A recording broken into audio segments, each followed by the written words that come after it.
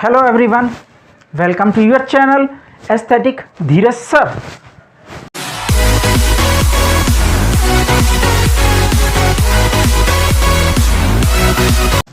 आज हम एक बहुत इंटरेस्टिंग टॉपिक डिस्कस करने वाले हैं, refraction of light through a glass slab. इस वीडियो को हम दो पार्ट्स में डिवाइड करते हैं। नंबर 1, रिफ्रैक्शन ऑफ लाइट के जो रूल्स हैं, this we are going to discuss. जो भी लॉज ऑफ रिफ्रैक्शन है वो हम डिस्कस करेंगे। सेकेंड पार्ट के अंदर हम ग्लास स्लैब के अंदर इंसिडेंट रे, रिफ्रैक्टेड रे और इमर्जेंट रे, उन सब के अंदर एंगल ऑफ इंसिडेंस, उसके पाथ और angle of refraction, angle of emergence, ये सभी बातें डिस्कस करने वाले हैं। ये वीडियो आज बहुत ही इंटरेस्टिंग होने वाली है। इसको बीच में से कहीं भी स्किप ना करें और इसको देखते हैं तो आपके अंदर बहुत कॉन्फिडेंस बिल्डअप होगा। सबसे पहले हम बात करते हैं फ्यू लॉज ऑफ रिफ्रैक्शन की। लेकिन लॉज ऑफ रिफ्रैक्शन होता कब है, कब हमें ज़रूरत पड़ती है लॉज ऑफ रिफ्रैक्शन की? देखिए, लॉज ऑफ रिफ्रैक्शन की हमें तब ज़रूरत पड़ती है जब हम मीडियम चेंज करते हैं, और मीडियम ऐसे जिसके अंदर लाइट ट्रेवल करती है। देखिए, आपको सभी को पता होगा, हमने प्रीवियस क्लासेस में पढ़ा था, speed of light is 3 × 10⁸ metre per second. But अगर मैं सिर्फ इतनी बात बोलता हूँ तो it's not a complete truth. Speed of light 3 × 10⁸ metre per second कहाँ होती है? Speed of light 3 × 10⁸ metre per second होती है वैक्यूम में, जहाँ कोई भी मीडियम नहीं है। जब सन से लाइट अर्थ पर आ रही है तो वहाँ बीच में कोई भी मीडियम नहीं है, तो लाइट की स्पीड हो गई 3 × 10⁸ मीटर पर सेकेंड। बट जैसे ही लाइट एटमॉस्फेयर में एंटर करती है तो उसकी स्पीड थोड़ी सी कम हो जाती है एयर के अंदर, that is nearly 2.9 × 10⁸ metre per second. 2.9 × 10⁸ metre per second. तो नियरली हम मान के चलते हैं कि एयर के अंदर भी स्पीड नियरली वैक्यूम के इक्वल होती है। लेकिन जैसे ही वो इस लाइट और मीडियम चेंज करती है, लाइक वो वाटर में आ गई, water is also transparent medium, तो लाइट ट्रेवल करती है। जितने भी ट्रांसपेरेंट मीडियम है हमारे, उसके अंदर लाइट ट्रेवल करती है, तो लाइट की स्पीड और थोड़ी सी कम हो जाती है। और उसके बाद अगर लाइट को हम बात करें ग्लास के अंदर लाइट की स्पीड है that is 2 × 10⁸ metre per second. Light की स्पीड देखो, वैक्यूम में थी 3 × 10⁸ मीटर पर सेकेंड, ग्लास के अंदर 2 × 10⁸ मीटर पर सेकेंड। लाइट की स्पीड कम हो गई। जिस मीडियम के अंदर लाइट की स्पीड कम हो गई वो हमारा कहलाता है डेंसर मीडियम, और जिस स्पीड में लाइट की स्पीड ज़्यादा है वो कहलाएगा रेयर मीडियम। रेयर और डेंसर इज ए कंपेरेटिव। तो जहाँ भी लाइट की स्पीड ज़्यादा होगी वो बोलेंगे हम रेयर मीडियम, और जहाँ लाइट की स्पीड कम होगी दो मीडियम के कंपैरिजन में, उसको हम बोलेंगे डेंसर मीडियम। अब हम डिसाइड करने के लिए हमने एक वर्ड बना दिया, रिफ्रैक्टिव इंडेक्स, जिस वैल्यू से हम ये बता सकते हैं कि लाइट की स्पीड का रिलेशन क्या होगा, कहाँ कम होगी या कहाँ ज़्यादा होगी। नंबर 1 हम बात करते हैं वैक्यूम का रिफ्रैक्टिव इंडेक्स, हमने स्टैंडर्ड मान लिया, दैट इज 1।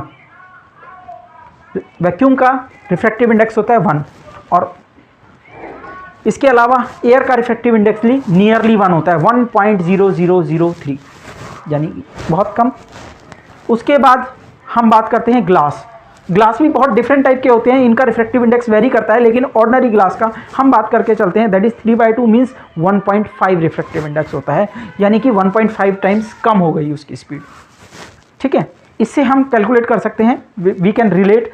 अब हम इसके लिए हमें एक कैलकुलेशन करनी होगी, उससे हम फाइंड आउट कर सकते हैं कि हमारी स्पीड कितनी होगी।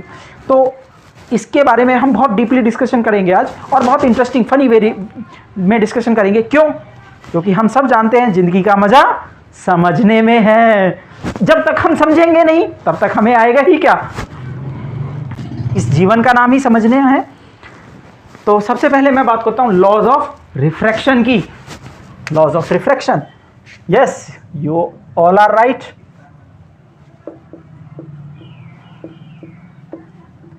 मुझे ऐसा लग रहा है कि आप सभी के माइंड में इसके आंसर्स आ गए हैं। मैं बेसिक सी बात करता हूं।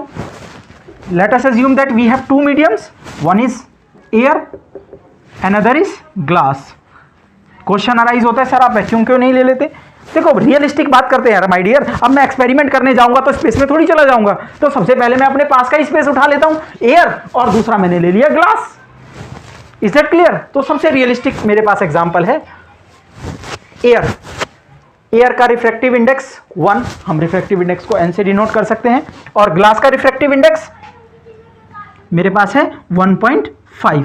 अब दोनों को मैंने n से रिप्रेजेंट कर दिया, तो मैं इसको सिंपल वे में लिख देता हूं, refractive index of air Na और refractive index of glass that is G, Ng, Na, बहुत स्मॉल में लिखा हुआ है Na, glass refractive index 1.5।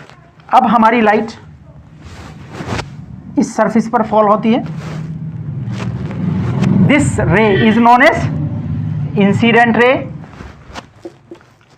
Incident ray, मैं एंगल बनाना चाहता हूं, इसका कितना एंगल होगा देखिए।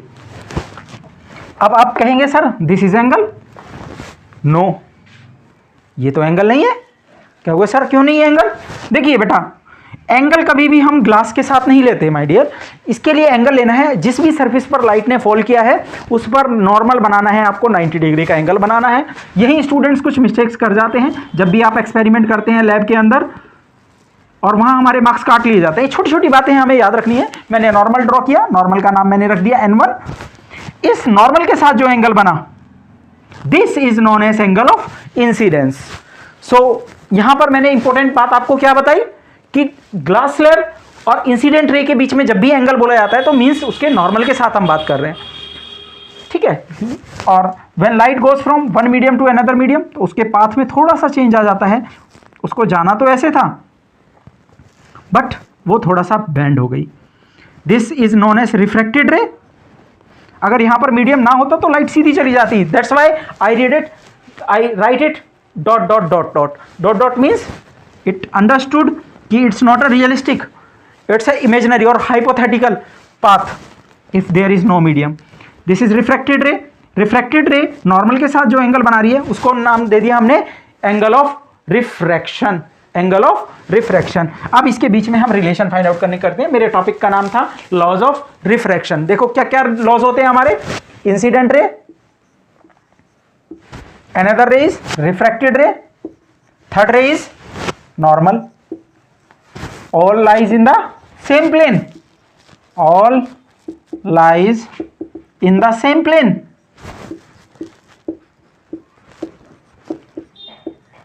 अब क्वेश्चन अराइज होता है what does it mean by same plane.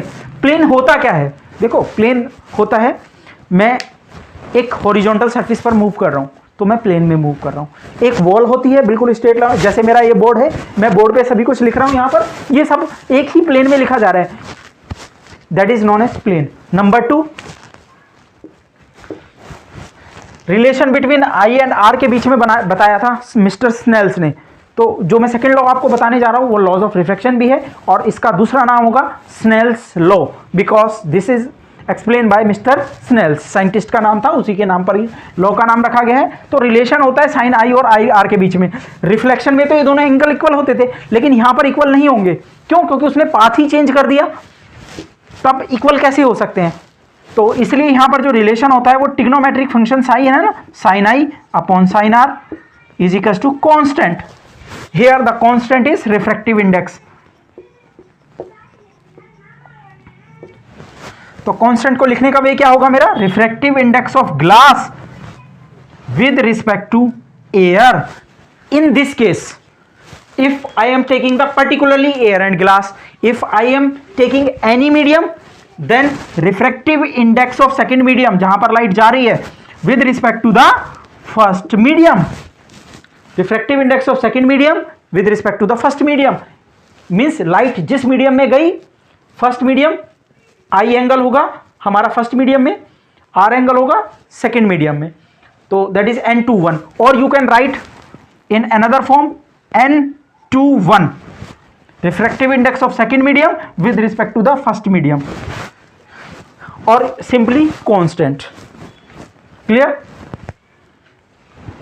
आगे बात करते हैं।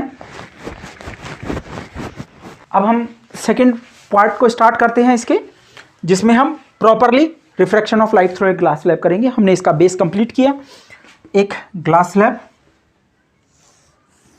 लेट अस अज्यूम दैट कि इसके जो सभी एंगल्स हैं वो 90 डिग्री पर हैं। देखो मेरी ड्राइंग बहुत ज़्यादा अच्छी है, मैं जानता हूँ कि आपको थोड़ा सा जेलेसी फील होगी मेरी ड्राइंग को देखकर, लेकिन डोंट वरी, थोड़ा सा मैनेज कर लेना, ठीक है। तो late us assume that incident ray fall on that surface from the air. As we know that the refractive index of air is denoted by Na, and here refractive index of glass is denoted by Ng with respect to the vacuum.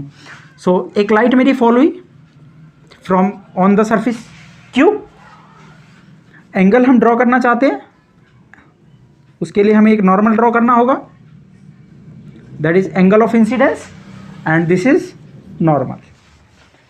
If there is no medium, तो ये light कहाँ जाती, किस path को follow करती light? Simple, straight path को, क्योंकि हम बचपन से पढ़ते आ रहे हैं light travels always in straight line. But मैंने अभी बताया कि लाइट जब एक मीडियम से दूसरे मीडियम में जाती है तो उसकी स्पीड चेंज होती है, और यही इसका कॉज होता है बैंड होने का, क्योंकि लाइट की प्रॉपर्टी है जब भी लाइट की स्पीड कम होगी तो वो टूवर्ड्स द नॉर्मल मुड़ जाएगी। अब मुझे बताइए, लाइट की स्पीड फर्स्ट मीडियम में ज़्यादा है या सेकंड मीडियम में? फर्स्ट मीडियम में ज़्यादा है ऑब्वियसली। अब मीडियम सेकंड में कम हो गई लाइट की स्पीड, तो जहाँ पर जिस भी मीडियम में लाइट की स्पीड कम हो जाएगी वो उस मीडियम में जाने के बाद टूवर्ड्स द नॉर्मल मुड़ जाएगी। अब मैं यहाँ पर एक लाइन आपको बोलने वाला हूँ जिस लाइन को आप हमेशा कन्फ्यूज होते हैं। When light goes from rare medium to denser medium, it will bend towards the normal. अगर किसी स्टूडेंट को याद रखने में प्रॉब्लम होती है ये लाइन, तो मेरी वाली बात याद रख सकते हैं कि जिस मीडियम में लाइट की स्पीड कम होती है उस मीडियम में लाइट नॉर्मल की तरफ मुड़ जाती है, क्योंकि उसे सहारे की जरूरत पड़ती है। देखो, जैसे आप लोग बच्चे हैं, आप बड़े तेज तेज भाग लेते हैं, लेकिन मेरी एज में आओगे तो पता है क्या है, आप धीरे धीरे भाग पाओगे, इतनी तेज भाग ही नहीं पाओगे। तो क्या करेंगे, एक लाठी की जरूरत भी पड़ सकती है, हम अपने पास लाठी रखेंगे कहीं गिर ना जाए। तो वही होता है इसके साथ, लाइट की जब स्पीड ज्यादा है तो नॉर्मल से दूर, और जैसे जैसे स्पीड कम होती जा रही है towards the normal, it start moving towards the normal. So the relation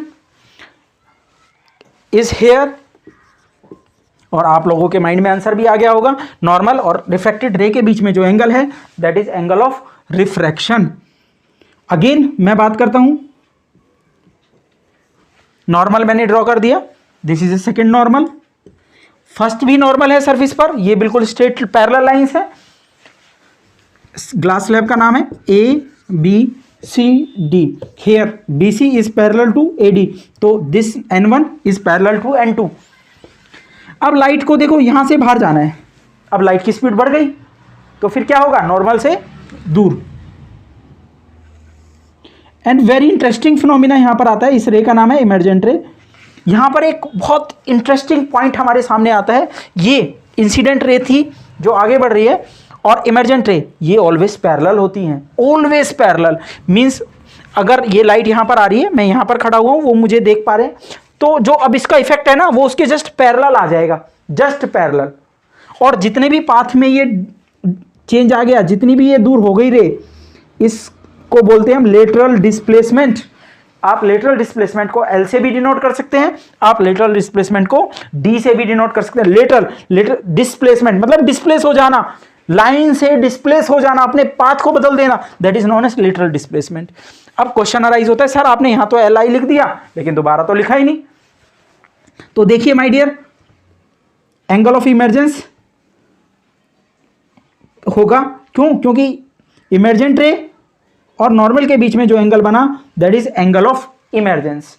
अब ये इस वाले एंगल की बात कीजिए, ये वाला एंगल क्या होगा?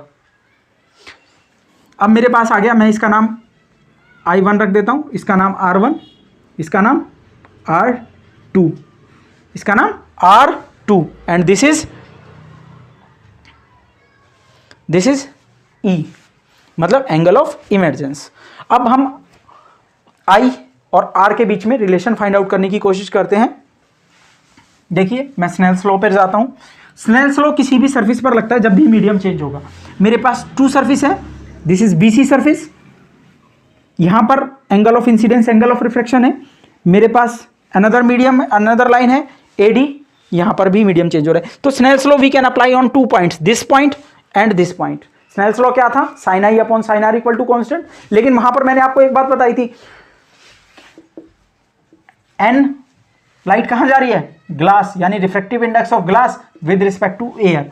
स्नेल्स लॉ को अप्लाई करते वक्त हमेशा याद रखना कि जो पार्ट ऊपर लिखा हुआ है यहाँ पर सेकंड नंबर पर लिखा हुआ है, उस मीडियम में जो भी एंगल बन रहा है वो हमारा ऊपर आएगा। स्नेल्स लॉ आपका कभी गलत ही नहीं होगा।